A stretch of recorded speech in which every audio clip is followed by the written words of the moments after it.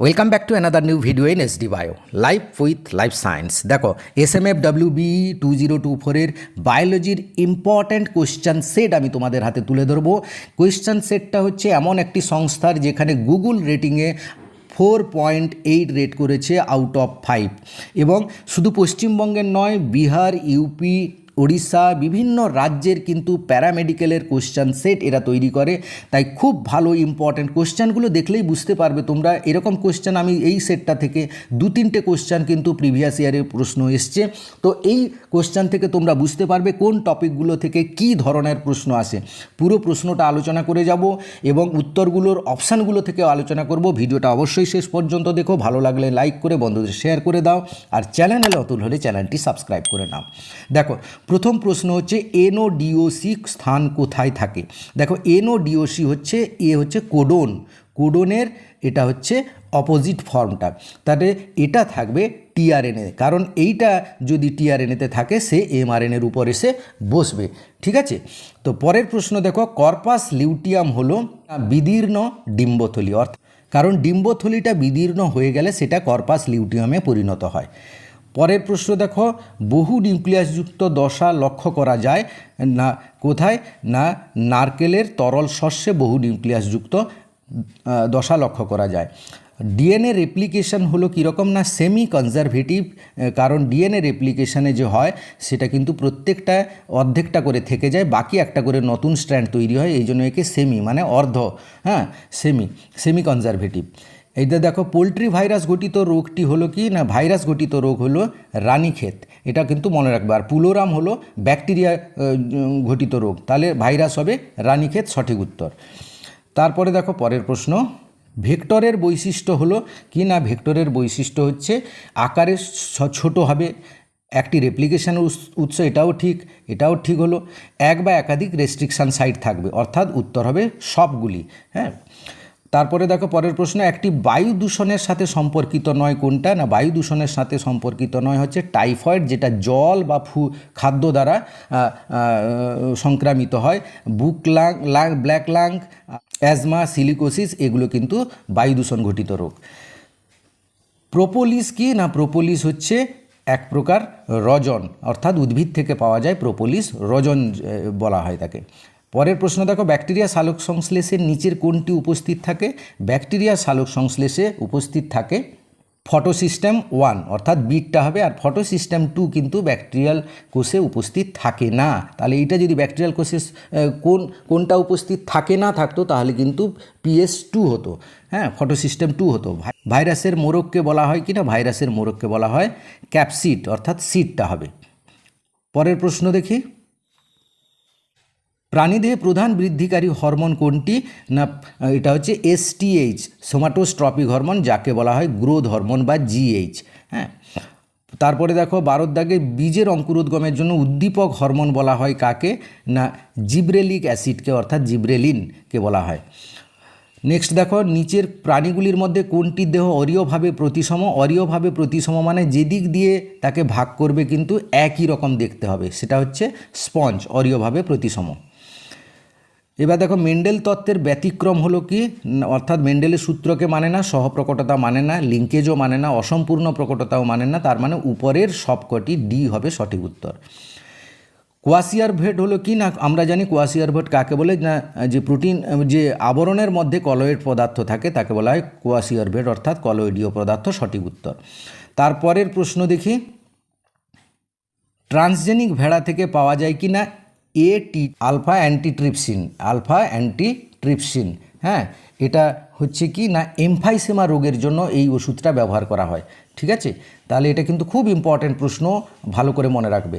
নিচের কোনটি ক্যান্সার রোগের বৈশিষ্ট্য নয়, না অ্যাপোপ্টোসিস হচ্ছে ক্যান্সার রোগের, অ্যাপোপ্টোসিস ক্যান্সার রোগের বৈশিষ্ট্য নয়। মেটাস্টোসিস হয়, অ্যানুপ্লয়েডি হয়, কন্ট্রাক্ট ইনহিবিশন ক্ষমতার অবলুপ্তি এগুলো কিন্তু হয়, কিন্তু অ্যাপোপ্টোসিস হয় না।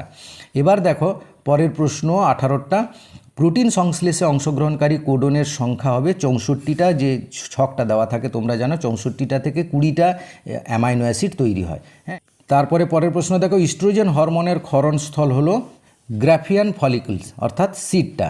ঠিক আছে, এইচআইভি আক্রমণ করে কাকে? এইচআইভি আক্রমণ করে টি লিম্ফোসাইটকে। এটা 4 হবে না, শুধু টি লিম্ফোসাইট, অর্থাৎ 8 হবে সঠিক উত্তর।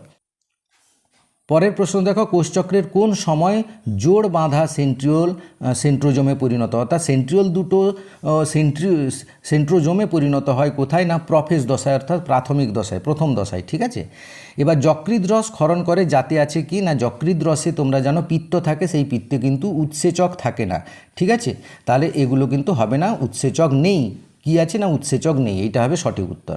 নিচের কোনটি ভারতবর্ষের সর্বাধিক প্রজননিক জীববৈচিত্র্য প্রদর্শন করে? না আমরা জানি হচ্ছে কি ধান হচ্ছে সবচাইতে বেশি পরিমাণে বৈচিত্র্য রয়েছে ধানে।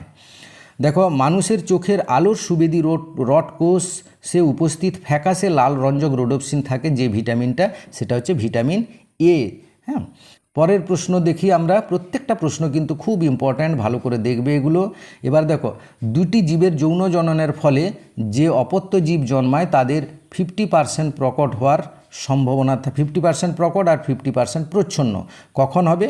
না ডিটটা হবে, অর্থাৎ ক্যাপিটাল এ স্মল এ এটা থাকলে প্রকট হয়ে যাবে, স্মল এ থাকলে প্রচ্ছন্ন হবে। তাহলে 50% এইটা, 50% এইটা সম্ভব, কিন্তু ডিটটা হবে। তাহলে এই দুজনের মধ্যে ক্রস করলে হবে ডিটটা।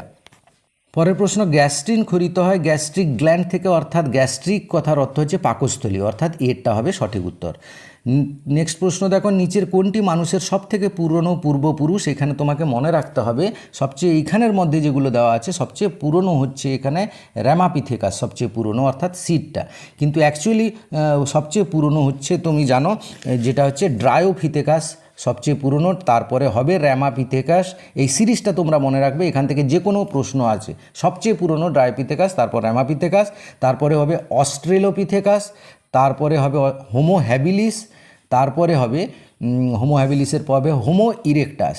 হ্যাঁ, হোমো ইরেক্টাস, হোমো ইরেক্টাসের পরে হবে হোমো নিয়ান্ডারথাল হবে সবচেয়ে পুরনো, তারপর একদম নতুন হবে হোমো স্যাপিয়েন্স। ঠিক আছে, তো এই সিরিজটা তোমাকে মনে রাখতে হবে।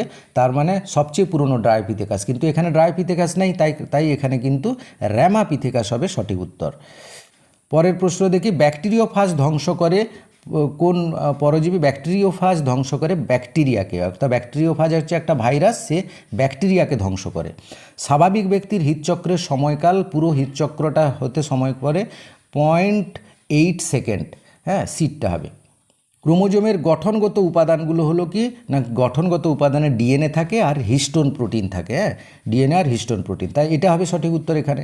নিচের উল্লিখিত কোন অসুখটি সাধারণ মাছি দ্বারা বিস্তার লাভ করে? মাছির দ্বারা সাধারণত ডেঙ্গু, এটা তো মশা, এনকোসেফ্যালাইটিস এটাও মশা, ফাইলেরিয়াসিস এটাও মশা। ঠিক আছে, তাহলে টাইফয়েড এটা মাছির দ্বারা, কারণ এটা খাদ্যের উপর মাছি বসলে কিন্তু এই রোগটা ছড়ায়। পরের প্রশ্ন দেখি আমরা, প্রাণীদের সর্বাধিক যে খনিজ পদার্থ থাকে, প্রাণীদের সর্বাধিক খনিজ পদার্থ থাকে ক্যালসিয়াম, বেশি পরিমাণে থাকে। ক্যালসিয়ামের পরে যেটা হবে সেটা হচ্ছে সোডিয়াম। হ্যাঁ, এটা মনে রাখবে। নেক্সট হচ্ছে টি লিম্ফোসাইটের, দেখো এটা আই নয়, এটা টি অক্ষরটি নির্দেশ করে কাকে? না থাইমাস গ্রন্থি। কেন? না টি লিম্ফোসাইটটা থাইমাস গ্রন্থিতে এসে কিন্তু ম্যাচুরিটি লাভ করে, সেই জন্য থাইমাস, টি ফর থাইমাস। পরের প্রশ্ন দেখো, যাতে কোনো ডিএনএ নেই সেটা কোথায়? না পরিণত আরবিসিতে কোনো ডিএনএ থাকে না, অর্থাৎ নিউক্লিয়াস থাকে না। এবার দেখো নেক্সট প্রশ্ন, নিচের জাতীয় বনভূমিগুলির মধ্যে কোনটি বাঘ একটি আবাসিক নয়? বাঘ থাকে না, জিম করবেটে বাঘ থাকে, রণথম্বরে বাঘ থাকে, সুন্দরবনে বাঘ থাকে, গিরে কিন্তু এশিয়াটিক লায়ন থাকে। হ্যাঁ, বাঘ থাকে না, তাই ডিটটা হবে সঠিক উত্তর। কোষচক্রে G0 দশায় কিন্তু কি হয়? না কোষচক্রে সমাপ্ত ঘটে না, কারণ G0 দশার পর আবার কোষচক্র শুরু হতে পারে। নিষ্ক্রিয় থাকে মোটেই না, সেখানে বিপাক ক্রিয়াগুলো চলতে থাকে, এটাও হবে না। কোষচক্রে প্রবেশ করে না, কোষচক্রে প্রবেশ করে না। তারপরে কোষচক্র থেকে নিষ্ক্রান্ত হয়, হ্যাঁ কিছু সময়ের জন্য কোষচক্র থেকে নিষ্ক্রান্ত হয় G0 দশায়। তারপরে দেখো, একটি গ্যাসীয় উদ্ভিদ হরমোনের নাম হচ্ছে কি? না ইথিলিন হচ্ছে গ্যাসীয় উদ্ভিদ হরমোন। পরের প্রশ্ন দেখো, 1 অণু গ্লুকোজের সন্ধান করলে কত অণু এটিপি উৎপন্ন হয়? না 2 অণু এটিপি উৎপন্ন হয়। আর সবাত শ্বসনে হয় 38 অণু এটিপি উৎপন্ন হয় 1 অণু গ্লুকোজ দহনে। ইটাই রোগের জন্য দায়ী মৌলটি কি? না দায়ী মৌলটি হলো ক্যাডমিয়াম, ইটাই রোগের জন্য। এবার দেখো পরের প্রশ্ন, সবুজ গ্রন্থি হচ্ছে কার রেচনাঙ্গ? সবুজ গ্রন্থি চিংড়ির রেচনাঙ্গ। তারপরে দেখো নিম্নলিখিত ক্রোমোজোম সংখ্যা অবস্থার কোনটি মনোজমিক বলা হয়? দেখো এখানে মনোজমিক বলা হয় কি, মানে ক্রোমোজোম জোড়া থেকে একটা যদি কমে যায় তাহলে মনোজমিক, অর্থাৎ 2n-1কে মনোজমি। 2n+2 তার মানে 3টে ক্রোমোজোম হয়ে গেল, তাহলে একে বলে ভাই ট্রাইজমি। ঠিক আছে, এবার দেখো 2n-2 এটা হবে নালিজমি। আর 2n+2 এটা হবে টেট্রাজমি, কারণ 4টা হয়ে যাচ্ছে এই জন্য এখানে বলে টেট্রাজমি। তো এই জমিগুলো মনে রাখবে, এখান থেকে কিন্তু একটা প্রশ্ন হয়, খুব ইম্পর্ট্যান্ট প্রশ্ন এটা। পরের প্রশ্ন দেখো, নিম্নলিখিত কোন ভিটামিনগুলি স্নেহ পদার্থের দ্রবণীয়? মনে রাখবে আগের একটা ভিডিওতে বলেছিলাম আমি, বিসিপি এই 3টে হচ্ছে জলে দ্রবণীয় ভিটামিন। তাহলে যেখানে বিসিপির এই 3টা কোথাও নেই, একটাও নেই, সেইটা হবে তেলে দ্রবণীয় বা স্নেহ পদার্থে দ্রবণীয় ভিটামিন। তাহলে ADEK, এখানে বিও নেই, সিও নেই, পিও নেই, তার মানে সিটা হবে সঠিক উত্তর। এই থিওরিটা মনে রাখবে, বিসিপি হচ্ছে জলে দ্রবণীয় ভিটামিন। কোন প্রাণী সংরক্ষণের জন্য WWFN এই লোগোটি ব্যবহার করা হয়? এটা হবে জায়ান্ট পান্ডার এর সময়। তারপরে দেখো অ্যাসিড বৃষ্টির জন্য দায়ী গ্যাস কোনটি? নাইট্রোজেন ডাইঅক্সাইড দায়ী গ্যাস, সালফার ডাইঅক্সাইড দায়ী গ্যাস, কার্বন ডাইঅক্সাইড দায়ী গ্যাস। তাহলে দায়ী গ্যাস নয় কোনটি? প্রশ্নটা একটু ভুল আছে, দায়ী গ্যাস নয় অ্যাসিড বৃষ্টির জন্য, তাহলে SO3 দায়ী নয়। পরের প্রশ্ন দেখো, দ্বিবীজপত্রী উদ্ভিদের ভ্রূণস্থলিতে নিউক্লিয়াসের বিস্তৃতির রূপ হলো কি? না অপশানগুলো দেখে নিই আমরা। ভ্রূণস্থলিতে যে থাকে, না উপরে 3টা থাকে, নিচে 3টা থাকে, মাঝখানে 2টো থাকে, তার মানে হচ্ছে কি 3+2+3, অর্থাৎ বিটটা। কোন উৎসেচক ওকাজাকি খণ্ডগুলিকে যুক্ত করে? লাইগেজ উৎসেচক, আমরা জানি এটা ওকাজাকি খণ্ডগুলিকে বা ডিএনএকে জুড়ে দেয়। কোন অ্যান্টিবডির আণবিক গুরুত্ব সবথেকে বেশি? দেখো আণবিক গুরুত্ব সবথেকে বেশি হচ্ছে ইমিউনোগ্লোবিউলিন M। আর একটা জিনিস মনে রাখবে, সবথেকে কম হচ্ছে ইমিউনোগ্লোবিউলিন G'র, এটাও তোমাকে মনে রাখতে হবে। নিচের কোনটি জেনেটিক ইঞ্জিনিয়ারের সঙ্গে সম্পর্কযুক্ত? দেখো ভেক্টর দরকার, ক্লোনিংও দরকার, জিনগত রূপান্তর দরকার, তার মানে উপরের সবকটি, এটা হবে সঠিক উত্তর। হ্যাঁ, জেনেটিক ইঞ্জিনিয়ারিংয়ের জন্য। নিচের কোনটা সর্বোচ্চ খাদক নয়? সর্বোচ্চ খাদক নয়, বাঘ সর্বোচ্চ খাদক, বাজ পাখি সর্বোচ্চ খাদক, বোয়াল মাছ পুকুরের ইকোসিস্টেমে সর্বোচ্চ খাদক। তার সাপ তো সর্বোচ্চ খাদক নয়, কারণ সাপকে খায় কি? ময়ূর বা ঈগল। তাহলে এখানে সাপ সর্বোচ্চ খাদক নয়, এটা সঠিক উত্তর। কঠিন বর্জ্যের নিয়ন্ত্রণ পদ্ধতি, দেখো লাস্ট প্রশ্ন, কঠিন বর্জ্য নিয়ন্ত্রণ করা হয় কি?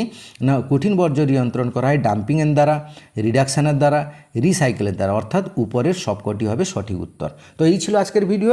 অবশ্যই প্রশ্নগুলো দেখে নাও কোন টপিকগুলো থেকে, আর ভিডিওটা ভালো লাগলে লাইক করে বন্ধুদের শেয়ার করে দিও। Thank you for watching.